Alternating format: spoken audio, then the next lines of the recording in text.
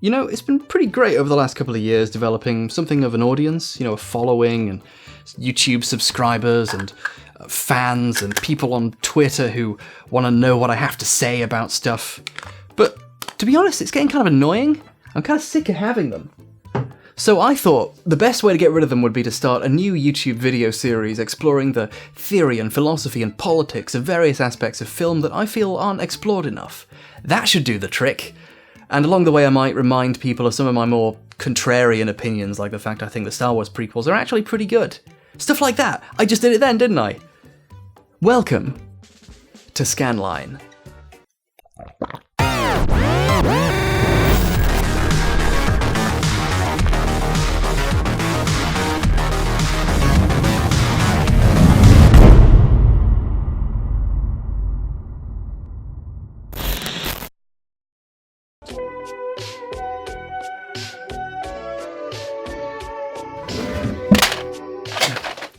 If you're older than the age of 20 or have parents that don't throw things out, then you probably have at least a couple of these things in an attic or a shed somewhere. These are Video Home System cassette tapes, commonly known as VHS tapes. They entered use in the late 1970s and were a very popular way of watching films and TV shows in your own home anytime you wanted, which for the time was a really novel and new concept. With Select-O-Vision, you can go to the movies at your house! I know this because I looked it up on the Wikipedia page when I was writing this script. But let's get into what the world's largest encyclopedia doesn't want you to know.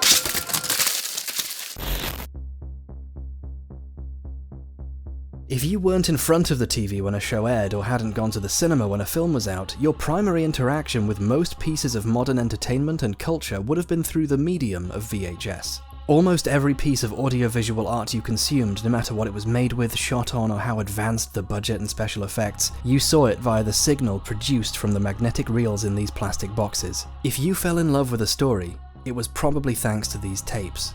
It's a pity, then, that they look like shit. A standard PAL VHS recording consisted of roughly 320 horizontal lines and 576 vertical lines of visual information. Worse, you wouldn't actually be getting your films at that resolution. Since most films were produced in wide or super widescreen, but VHS was for the 4:3 resolution of contemporary televisions, you had a problem even showing a film. You could crop out the sides of a film and move the screen around, what's called pan and scan, which could totally ruin the story of films where multiple things were happening on different sides of the frame, or you could scale the whole thing down and add black bars to the top and bottom, creating what was called the letterbox effect. On the pan and scan version of A New Hope, the opening text crawl doesn't fit the screen, so you have to wait until it gets here before you can even possibly read it. In the widescreen version, you can see the entire line of text as soon as it enters the frame, but it's scaled down, so it's just as hard to read. I always really liked this scene from Aliens, where Burke is trying to be friendly with Ripley in hospital, so he brings Jonesy in and sits backwards in his chair and spins playfully in it while the camera pulls in and gets more intimate, so he can then tell her that she's been frozen for 57 years. There's lots of good moments of subtle acting and characterization, and I like the cinematography of this cool sci-fi room, and there's a cute cat in the frame too. The pan and scan version of this scene just barely manages to get both characters in the frame at once. It completely removes a lot of Burke's body language as he tries to be nice while preparing to break the news to her, and poor Jonesy's head is cut off. Jonesy isn't in this film after the beginning. Does Jonesy over here look happy with pan and scan? I don't think he does, but I can't actually tell. Even worse, because of the vile machinations of capitalism, the first preferred solution by movie studios was pan and scan, so they sold all the films like that, and then once they figured out that directors hated having their films recut to fit the new frame and widescreen was basically objectively superior because it displayed the entire film, they got to sell you the films all over again, with the promise that this time it was better. Now, for the first time on video, you can savor the true experience of these blockbusters in their original format, widescreen. In my copy of the Aliens Special Edition, apparently I bought this tape from a Xenomorph, opens with a commercial for the widescreen versions of Alien and Die Hard. The fuckers.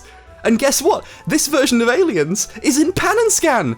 This is already the special edition of Aliens, and now you're telling me I'm gonna have to buy it again when the widescreen special edition comes out?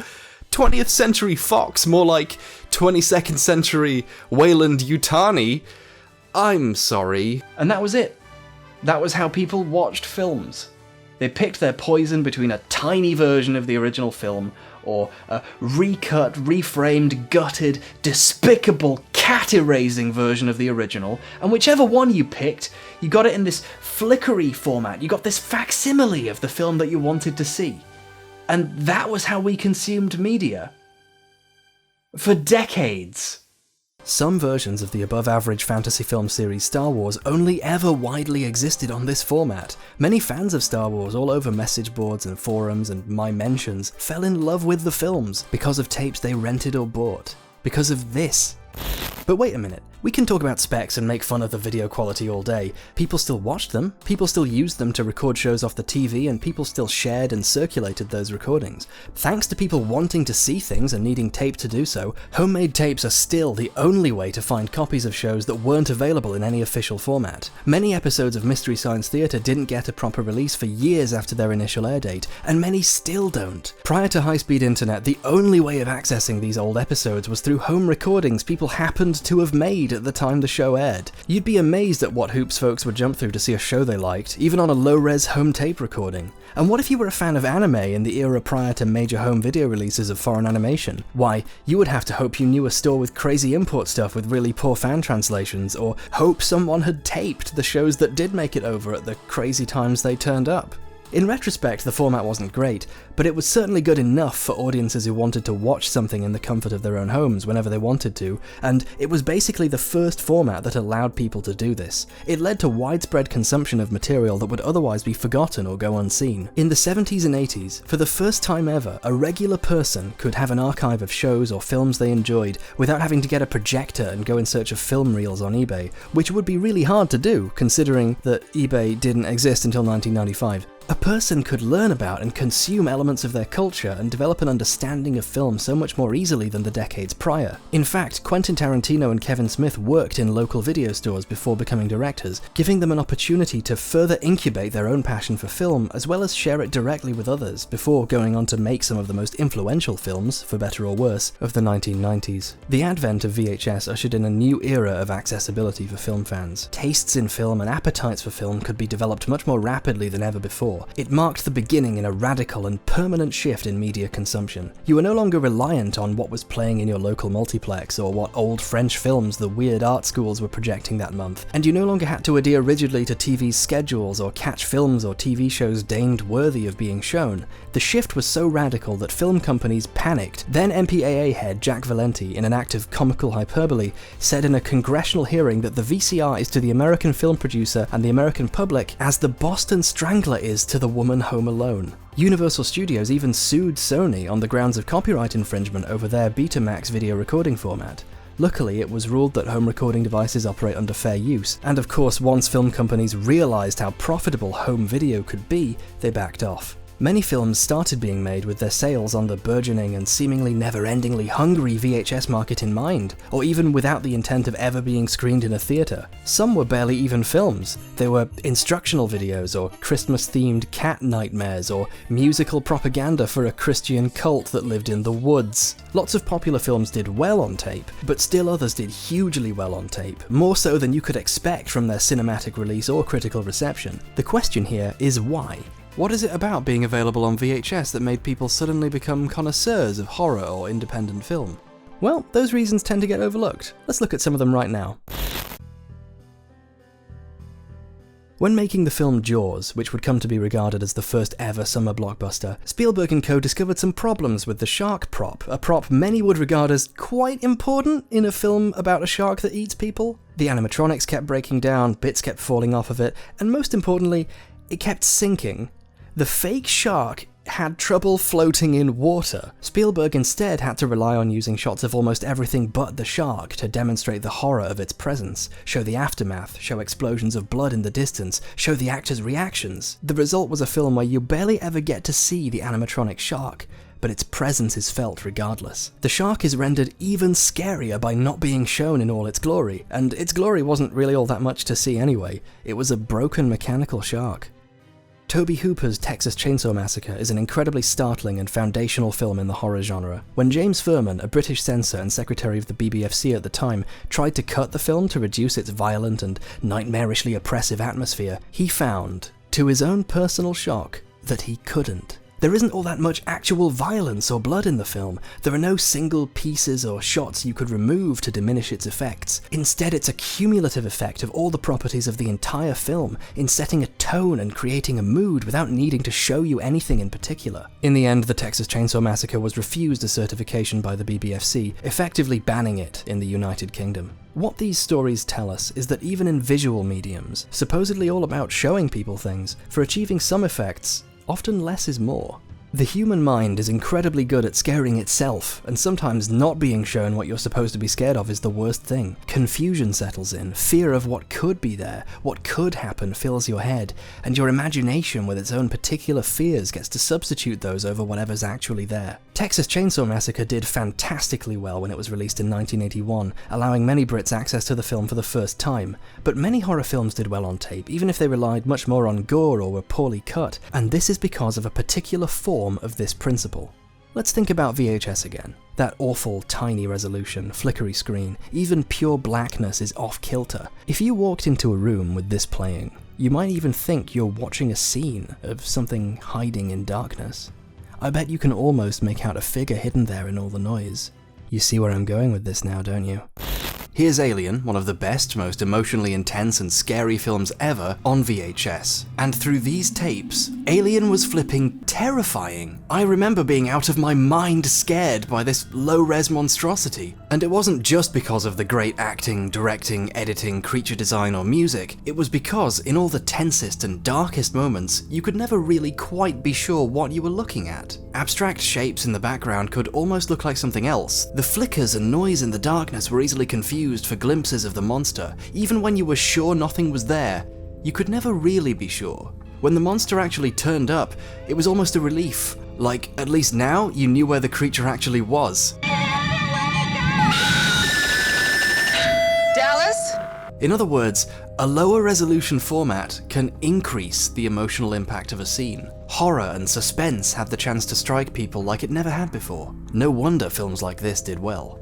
In some ways, modern high-resolution versions of these films can't quite capture that particular magic. Here's a scene from the Blu-ray version. It looks great, but it's not as scary because you can quite definitely see that nothing's there. You know the character is alone in ways that you couldn't be certain of before. Really good films actually put this principle into practice within the medium itself. For example, Alien and Aliens both have sequences that prominently feature the use of cameras and video feeds with a very poor signal. Even if the higher resolution version of the film does diminish some of the horror elements, these segments still hold up exactly like they always did, because the effects of viewing low resolution video are worked into the aesthetic of the film. As a kid, David Cronenberg rotated his TV antenna to pick up signals he wasn't supposed to access late at night when there wasn't supposed to be anything on the air.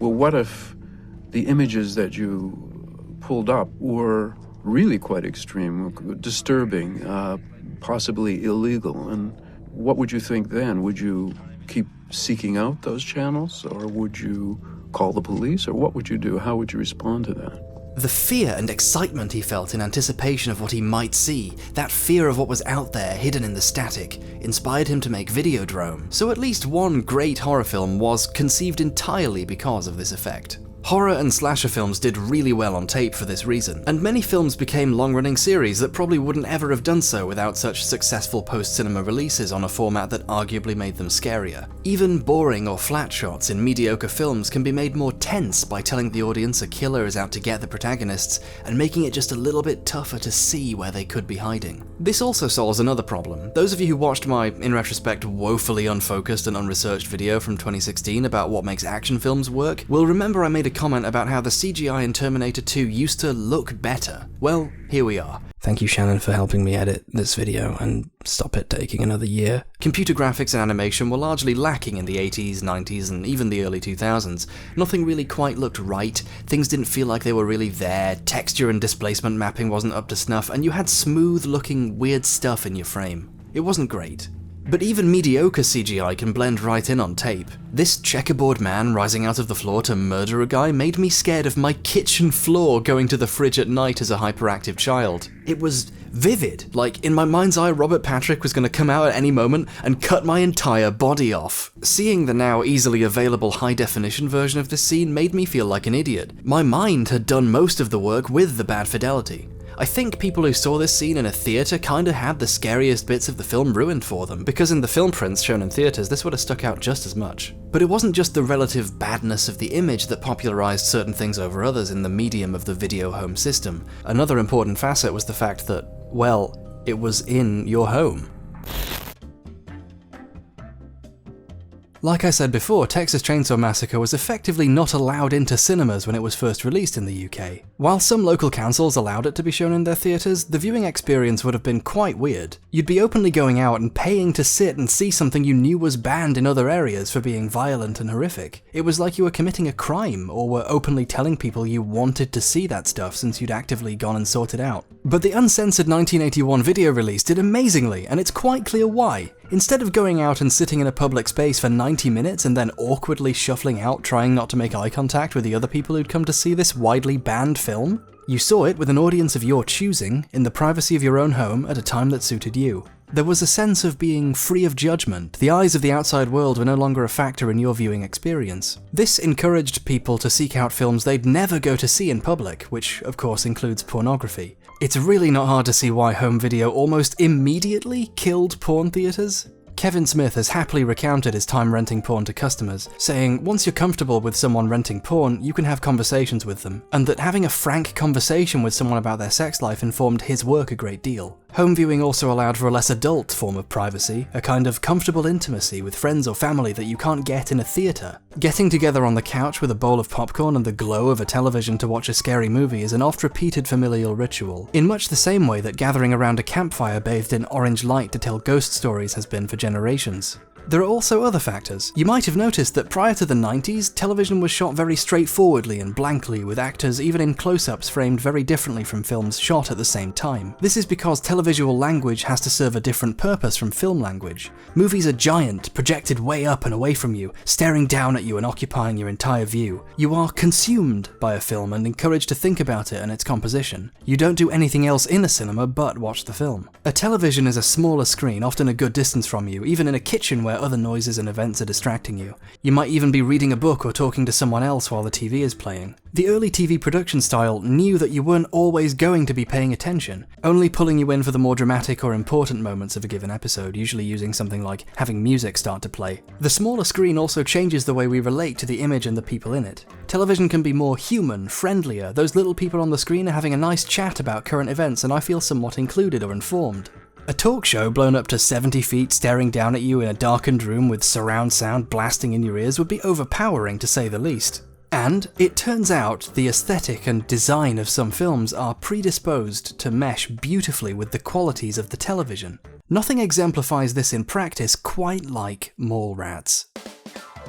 Mallrats was Kevin Smith's second film, produced after the success of his first picture, the small, self-funded indie hit Clerks. When Mallrats came out, no one really got it. People who loved the low-budget, avant-garde, doing-it-ourselves, grainy aesthetic of Clerks hated the well-produced, overly slick feel. People who cared about editing or cinematography or good-looking shots got a kinda flat-looking film with a bunch of boring, wide shots of multiple people just sort of talking about stuff. Serious critics into the pointed, pop-culturally slanted insights of Clerks and the honest thoughts of astray Gen Xers were treated to a bunch of wacky characters farting about in a mall, tricking people they didn't like into making their hands smell like shit.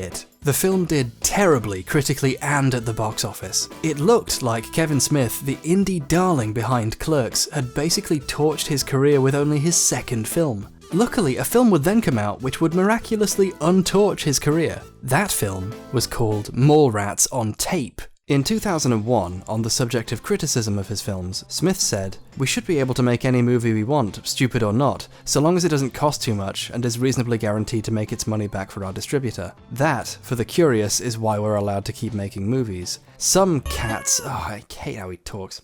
Some cats, particularly the denizens of internet movie chat boards, can't figure out why we're allowed to continue lensing flicks when we never seem to grow as visual storytellers or keep making, what's to them, the same movie. The answer is that we've never lost anybody money. I'll say that again, we've never lost anybody money. Granted, we came close with Rats, but even that made a killing on video and, more recently, DVD. Despite box office troubles, the same film no one went to see and critics snubbed was suddenly doing gangbusters, making it an even more interesting sort of cult hit than its predecessor. And it's because of the aesthetic differences of playing a film on a TV. All of a sudden, the shot composition isn't as important because it's kind of far away from you and you're doing something else in the room while it plays, and the low quality of the format means that even if the shots were particularly good, you wouldn't really have noticed anyway. You aren't having the aimless banter about nothing blasted at you from speakers all around you like it's the most important thing in the world and you have to listen to every second. It's playing nearby, and you're just kind of listening in on these people talking free associatively about their film opinions. With this change in the viewing experience, all of a sudden, Mallrats makes sense. It becomes a funny little film, where the big scenes and funnier jokes grab your attention and the stuff that falls flat or isn't so well directed doesn't matter so much because it's easier to ignore. Here's an IMDb review from 2003. Brad C-2 from Auckland, New Zealand jokingly says the film is best watched with your eyes closed. They criticise the look and feel of the film and the hamminess of the overall plot, but they loved the dialogue and they found it sharp and effervescent, and they say it's their favourite film of Kevin Smith's. I would say so far, but honestly, considering the films he made after 2003, Mallrats is probably still their favourite. Kevin Smith films screened in a theatre on a big screen are arguably missing the point. The joy of these films is in crowding round a small TV at your friend's house and watching little people on it with no pretensions of grandiosity being shitty to customers and talking about their lives. If you've sat down and watched Mallrats screened in a high resolution in a cool retro revival screening at your local college, unsubscribe from my channel immediately, Kurt. We talked about this. I don't want to be your friend anymore. Imagine all the films from across history that were doomed to be misunderstood by the theatre-going audience, whose real destiny was to be truly appreciated on the small screen where the viewer's relationship with the work was completely different. VHS was the first second chance for those films, and it created an appreciation for these kinds of story, for televisual filmmaking. You can see this trend happening in reverse as televisions get bigger and their picture becomes clearer and their aspect ratio more film-like. TV shows with a cinematic approach like Breaking Bad,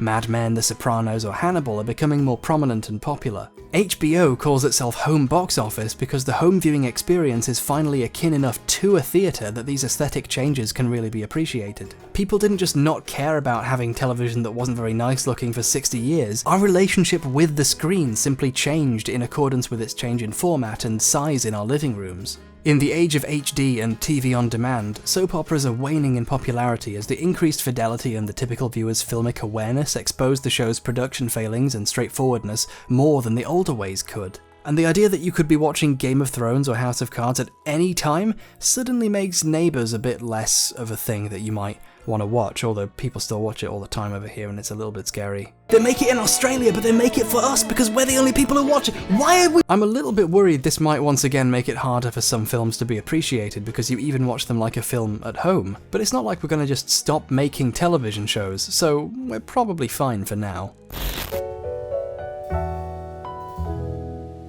People will always want higher fidelity versions of their favourite films. Some people want a high-res version of the original cuts of Star Wars so badly that they've resorted to making that version themselves, with different restorations pulling from 35mm prints, 70mm prints, a TV broadcast, DVD special features and more, all in the service of recreating the films they remember from way back when.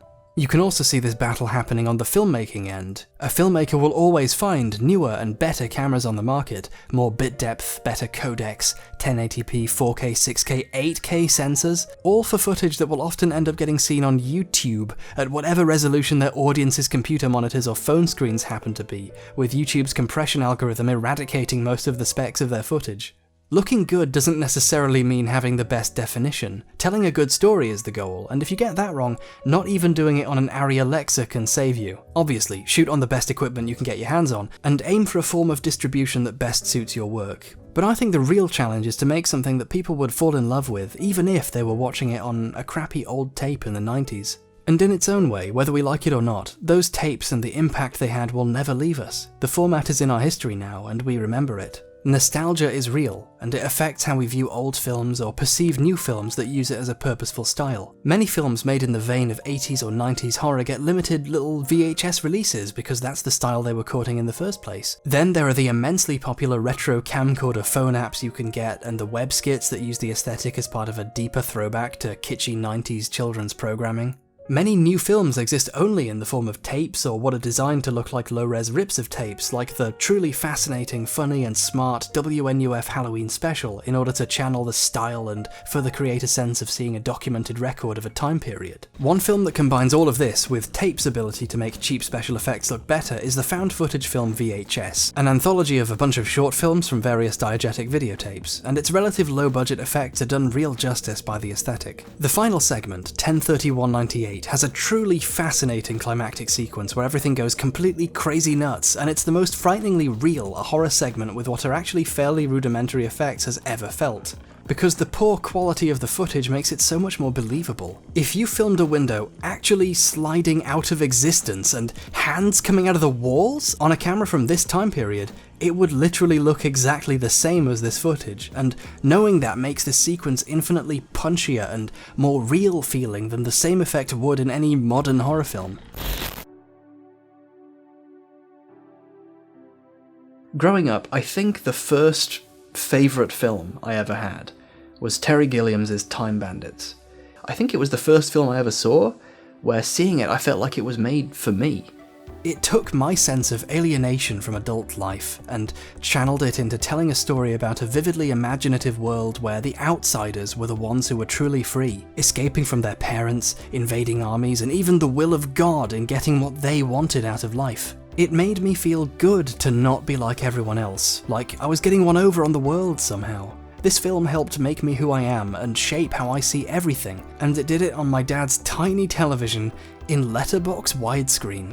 Obviously, for the sake of preservation and film history, a high-res official version of Hand Shooting First would be nice to have. We can chase higher and higher resolutions as much as we want, and we should, I think they look great. But the funny and kind of amazing thing is, millions of people only needed a fifth of those lines of resolution on a tiny screen to fall in love with these films and have them shape how they see the world. For me, Time Bandits is the objectively crappy version I saw as a kid, over and over on a tiny widescreen tape, in the night when no one else was around, feeling inspired by the sense of adventure and briefly pausing to go to the kitchen for a snack and get scared by the floor. All the Ks in the world won't replicate the experience I had as a kid.